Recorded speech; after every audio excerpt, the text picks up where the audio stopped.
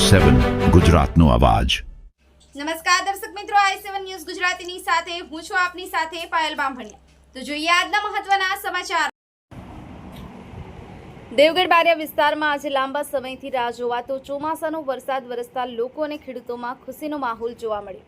મળતી માહિતી મુજબ દેવગઢ બારિયા તાલુકામાં વરસાદના કારણે વાતાવરણમાં ઠંડક પ્રસરી છે અને ખેતી માટે અનુકૂળ પરિસ્થિતિ સર્જાઈ છે। વિવિધ વિસ્તારોમાં રસ્તાઓ અને ખેતરોમાં પાણી ભરાઈ જતા ચોમાસાની સારી શરૂઆત થઈ હોવાનું માનવામાં આવી રહ્યું છે।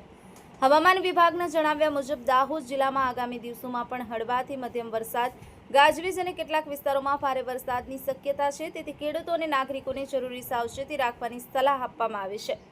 દાહોદ જિલ્લાના દેવગઢ બારિયા વિસ્તારમાં આજે લાંબા સમયથી રાહ જોવાતો ચોમાસાનો વરસાદ વરસતા લોકો અને ખેડૂતોમાં ખુશીનો માહોલ જોવાઈ રહ્યો છે। વિવિધ વિસ્તારોમાં રસ્તાઓ અને ખેતરોમાં પાણી ભરાઈ જતા ચોમાસાની સારી શરૂઆત થઈ હોવાનું માનવામાં આવી રહ્યું છે।